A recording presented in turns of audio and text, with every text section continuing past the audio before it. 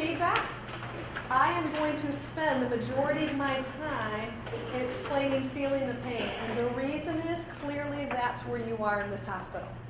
I am going to explain the other phases because they're important, but I want to address where you really are, which is feeling the pain.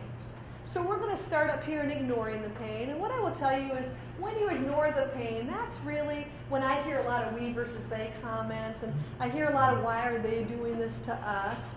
I always liken this phase to people who put on big sunglasses and say, you know what, I'm just going to pretend that this change isn't going to take place. And honestly, you did that for 2 years, right? I mean, for 2 years they've been talking about this. It's not really going to happen, you know. And then what happens is I have employees that will say, you know, when I get an email about the merger or the joinder, I just delete it. I figure, don't read it, won't happen. I always think, how's that working for you? Because then it happens, you're like, what? How come they haven't told us this all along? Well, you've just been ignoring the pain. And then what happens, you start saying, well, why are they doing this to us? Why are they saying that? How come they're not asking for our input? They probably have all along, but when you chose not to go to the meetings and choose not to read the information, all of a sudden, like, oh my gosh, what's happening here? And then we tend to mourn yesterday.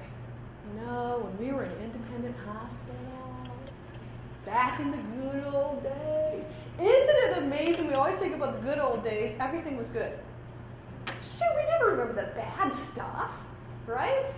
But the truth of the matter, there was bad stuff back there. We just forget that. It's sort of like women having children.